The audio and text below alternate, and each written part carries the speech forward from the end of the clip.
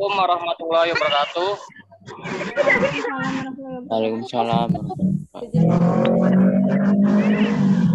Ya, kami dari kelompok 1 akan mempresentasikan materi teori portofolio dan juga analisis investasi yang berjudul lingkungan investasi.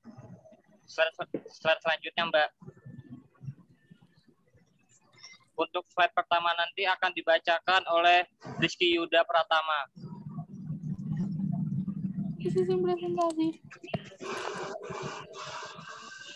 Next. Putri.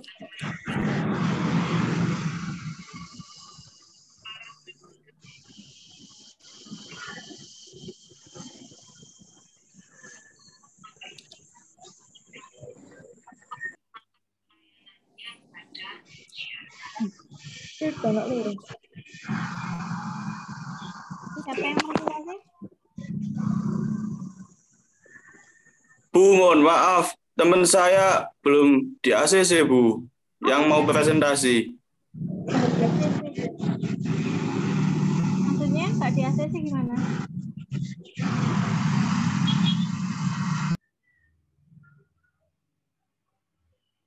Sudah saya admit semua ini, sudah saya terima semua.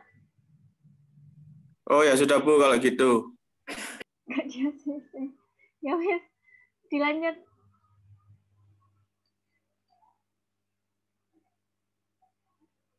Sebentar. Oke, dilanjut yang presentasi.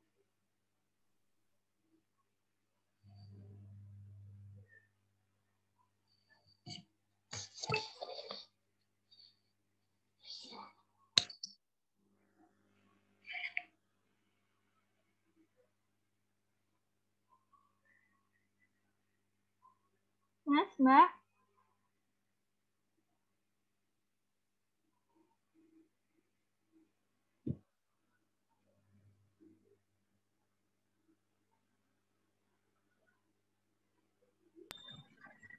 Bismillahirrahmanirrahim. Assalamualaikum warahmatullahi wabarakatuh. Waalaikumsalam warahmatullahi wabarakatuh. Waalaikumsalam. Ya, kami dari kelompok 1 akan mempresentasikan materi teori portofolio dan juga analisis investasi yang berjudul lingkungan investasi. Dan untuk di slide pertama nanti akan dibacakan oleh Rizky Yuda Pratama. Yuk langsung slide pertama.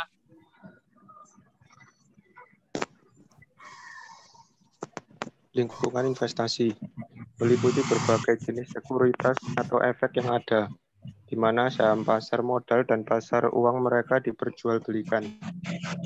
Meliputi sekuritas, pasar sekuritas, perantara keuangan, proses investasi, dan transaksi investasi. Next.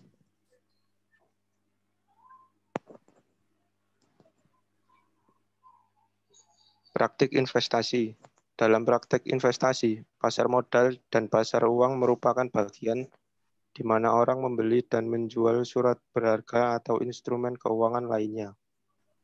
Pasar modal memiliki peran besar bagi perekonomian karena menjalankan dua fungsi, yaitu fungsi ekonomi dan fungsi keuangan.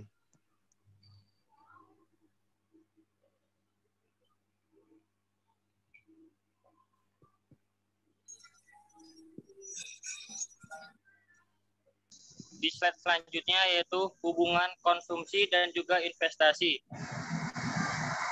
Adapun definisi dari fungsi konsumsi dan tabungan itu sendiri yaitu yang pertama, fungsi konsumsi adalah sebuah kurva yang menggambarkan sifat hubungan di antara sifat konsumsi rumah tangga dalam perekonomian dan juga pendapatan nasional.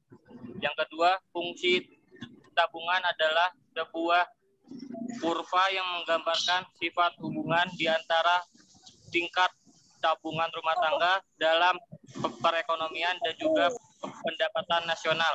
Next.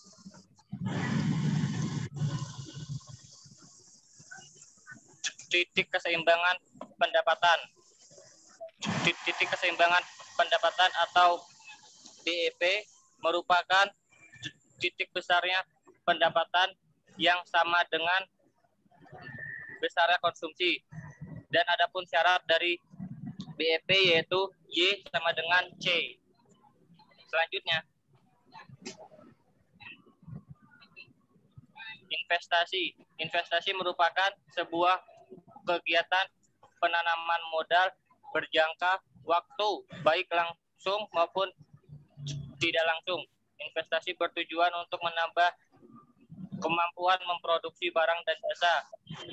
Besarnya tingkat investasi ditentukan oleh berbagai faktor. Yang pertama, tingkat keuntungan yang diramalkan akan diperoleh. Yang kedua, suku bunga. Yang ketiga, ramalan mengenai keadaan ekonomi pada masa depan. Selanjutnya,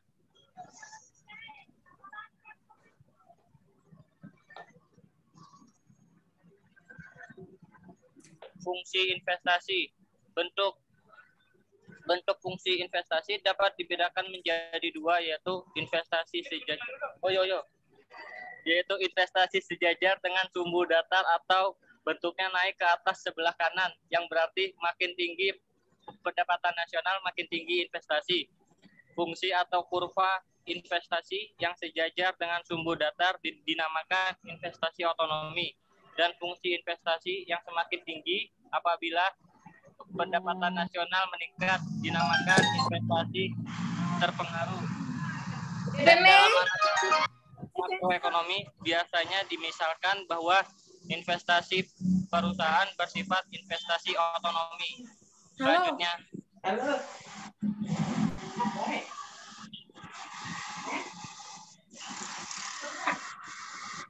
di slide 9 ini akan dibacakan langsung oleh Wahyu Hanif Pratama. Return investasi. Expected return adalah return yang diharapkan akan didapat oleh investor di masa depan. Actual return adalah return yang sesungguhnya terjadi atau didapatkan oleh investor. Next.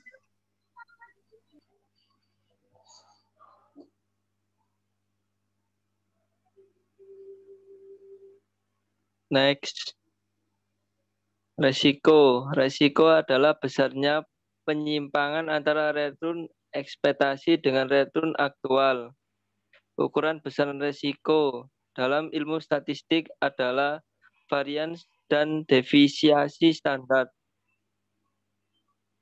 Semakin besar penyimpangan menunjukkan resiko yang semakin tinggi pula. Next.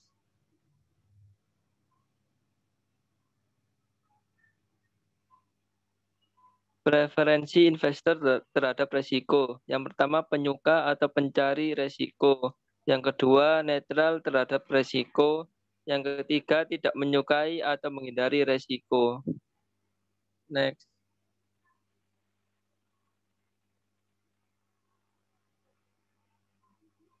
Sumber resiko investasi dalam saham. Yang pertama, resiko bisnis. Yang kedua, resiko suku bunga. Yang ketiga, resiko pasar. Yang keempat, resiko inflasi. Yang kelima, resiko likuiditas.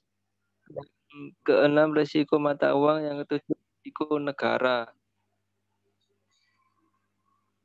Next.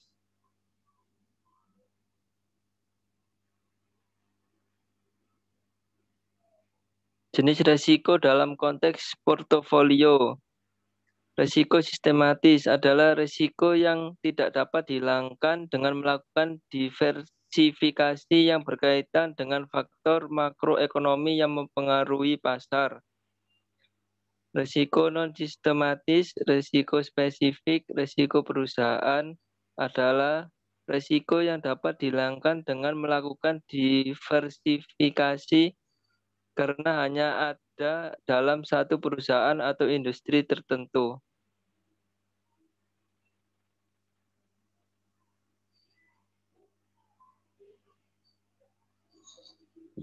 Next.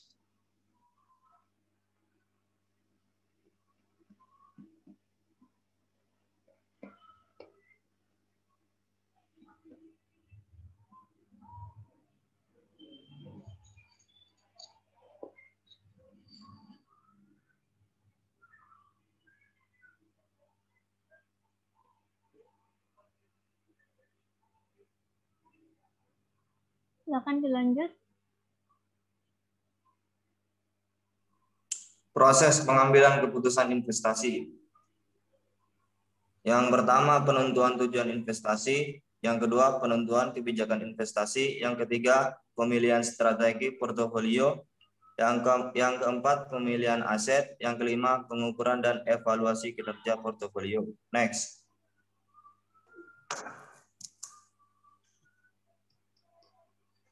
Next.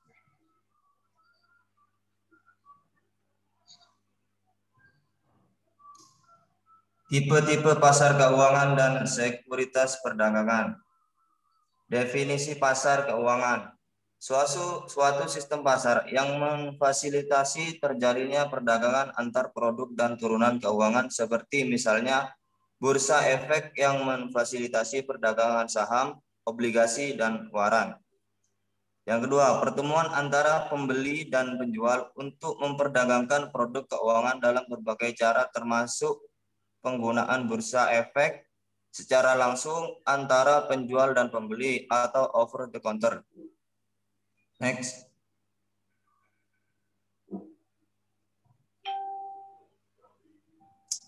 Tipe-tipe pasar keuangan. Yang pertama, pasar modal yang terdiri dari pasar primer dan pasar sekunder yang terbagi lagi menjadi dua, yaitu pasar saham dan pasar obligasi. Yang kedua, pasar komoditi yang memfasilitasi perdagangan komoditi. Yang ketiga, pasar derivatif yang merupakan sarana yang menyediakan instrumen untuk mengelola risiko keuangan. Pasar berjangka yang merupakan sarana yang menyediakan standarisasi kontrak berjangka bagi perdagangan suatu produk pada suatu tanggal di masa mendatang. Pasar asuransi yang memfasilitasi redistribusi dari berbagai risiko. Pasar valuta asing yang memfasilitasi perdagangan valuta asing. Next.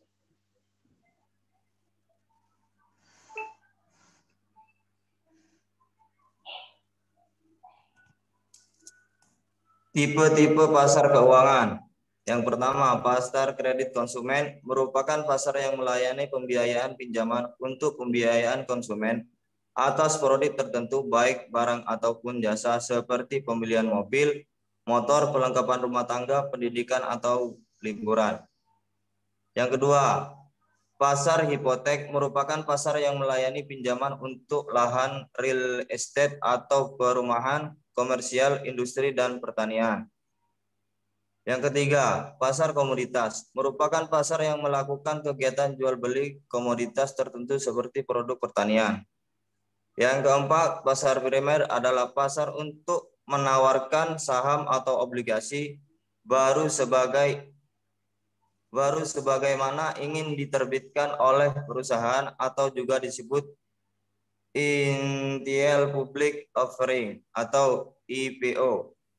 Yang kelima, pasar pribadi adalah pasar di mana transaksi terjadi secara langsung antara dua pihak. Pasar valuta asing dan pinjaman bank seringkali terjadi di antara kedua pihak tersebut.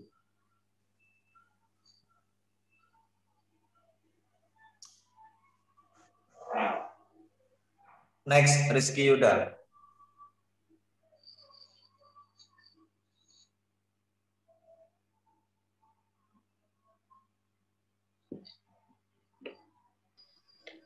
Sekuritas perdagangan.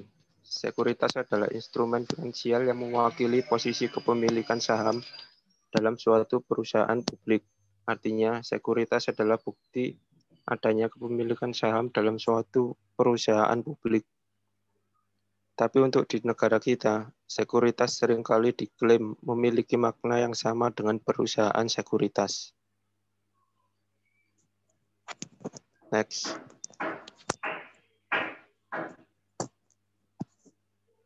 Jenis aset keuangan. 1. Aset lancar, merupakan aset yang paling mudah dicairkan. Pada aset lancar ini biasanya memiliki manfaat yang lebih singkat dibandingkan jenis aset lainnya.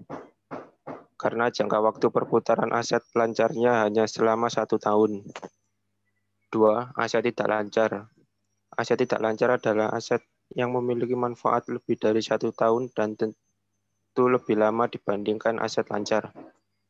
Aset ini dibedakan menjadi 2, yaitu aset tetap dan aset tidak berwujud. Next.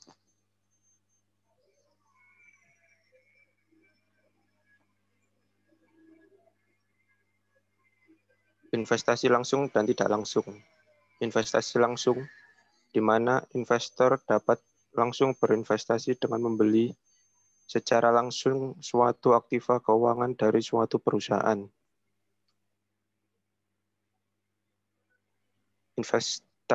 Investasi tidak langsung merupakan investasi namun tidak terlibat secara langsung dan cukup dengan memegangnya dalam bentuk saham.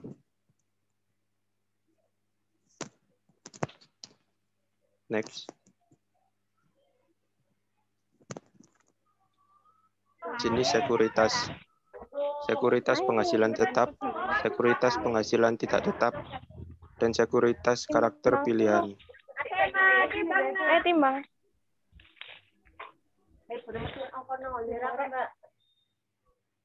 12,8. Ada pertanyaan?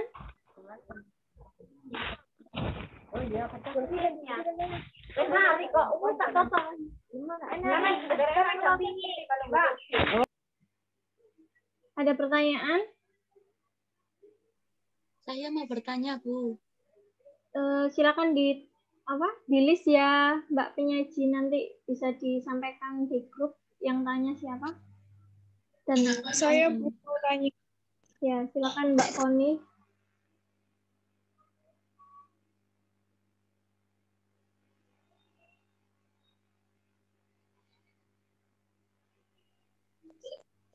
Silakan. Ya, sebentar, Bu. Nah, ini saya mau tanya, hubungan antara resiko dan return harapan bersifat searah. Nah, ini bagaimana menurut pendapat kelompok kalian, setuju atau tidak? Nah, jelaskan mengapa demikian. Oke, di note ya, mungkin 3 pertanyaan saja karena ini sifatnya Zoom.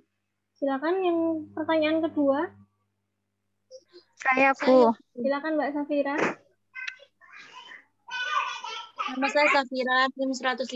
Saya ingin bertanya, sebutkan beberapa lembaga dan profesi penunjang pasar modal yang Anda ketahui. Jelaskan pula peran masing-masing lembaga dan profesi penunjang tersebut. Terima kasih. Oke, thank you Mbak Safira. Ada lagi pertanyaan ketiga? Saya, Bu. Ya, Mbak Siva. Saya Siva Aziza Haifa, NIM 140. Langkah apa saja yang dilakukan oleh perusahaan untuk mengambil keputusan dalam pemilihan sekuritas untuk investasi di dalam perusahaan? Terima kasih. Oke, ada 3 pertanyaan. Masih cari jawaban atau langsung dijawab? Saya mau menjawab pertanyaannya Mbak Foni, Bu. Oke, silakan Mas Adam. Ya, menurut saya setuju. Dikatakan searah karena mempunyai perbandingan yang sama.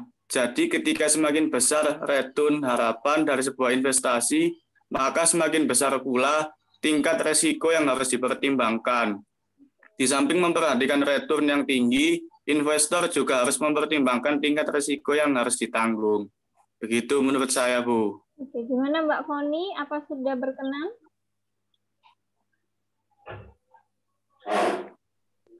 Ya, baik, Bu. Oke, kita lanjut ke pertanyaan selanjutnya. Ada yang mau menjawab dari kelompok penyaji? Dari pertanyaannya Mbak Siva atau Mbak Safira? Atau masih mencari? Oke, sambil menunggu jawaban dari teman-teman.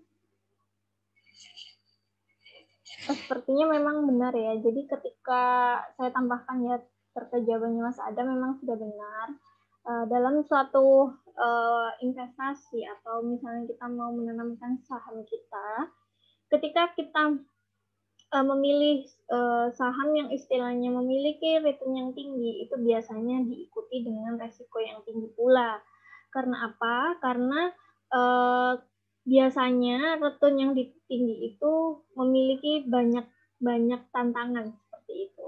Nah, yang kita tahu di saat ini itu pandemi COVID-19, banyak sekali saham yang mengalami penurunan seperti itu ya di Indonesia ini, sehingga itu merupakan tantangan bagaimana memberikan sinyal bagi para investor untuk tidak ragu melakukan investasi. Nah, dengan teman-teman memahami terkait dengan lingkungan investasi, teman-teman bisa memetakan nih, kira-kira kita mampunya yang saham yang mana.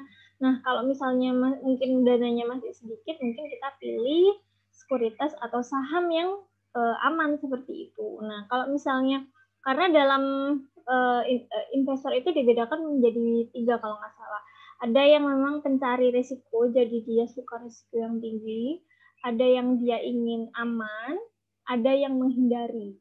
Jadi dia menghindari risiko yang ada. Tentu saja kalau dia menghindari, tentu nanti expected return itu nanti tidak sesuai dengan aktualnya. Jadi nanti nggak ini ya, nggak bisa banyak gitu loh kalau dia lebih menghindari atau istilahnya nggak maulah dekat-dekat dengan resiko. Tapi kalau yang ini pencari resiko, dia cenderung kalau misalnya ada perusahaan bangkrut, itu malah dia beli sahamnya seperti itu.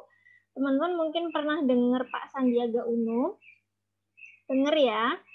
Nah, beliau itu salah satu pengusaha di Indonesia yang salah satu perusahaannya itu bergerak untuk melakukan perbaikan terhadap satu perusahaan. Jadi dia membeli saham-saham perusahaan yang mungkin sudah misalnya mau bangkrut atau misalnya di dalam corporate governance-nya kurang bagus, kemudian tata kelolanya juga kurang bagus, maka dia beli sahamnya. Kemudian perusahaan itu akan diperbaiki seperti itu dalam hal apapun ya, dari tata kelola, keuangannya. Nah, setelah nanti perusahaannya sudah baik, sudah bagus, maka saham perusahaan tersebut akan dijual tentu saja dengan harga yang lebih tinggi. Nah, berarti saya rasa itu salah satu perusahaan yang dikelola, yang pemiliknya Pak Sandiaga itu salah satu job risiker, karena dia pencari risiko. Tentu ketika dia berhasil untuk memulihkan suatu perusahaan, tentu expected yang dia dapatkan ya, harapan atau misalnya yang dia dapatkan pasti akan lebih besar seperti itu. Kemudian tadi teman-teman juga sempat lihat ya, ada beberapa tipe perusahaan. Mungkin bisa di-scroll ke bawah sambil nunggu jawaban dari penyaji.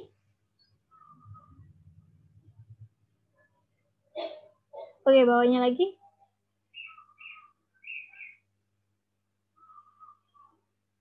Next, Mbak. Bentar.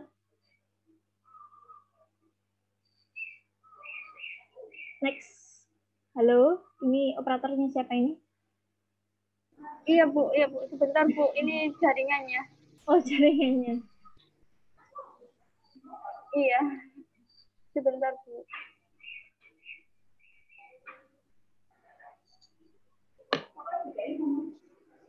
Jumpo nggak jalan loh. Jumpo, terus. Apa ayo?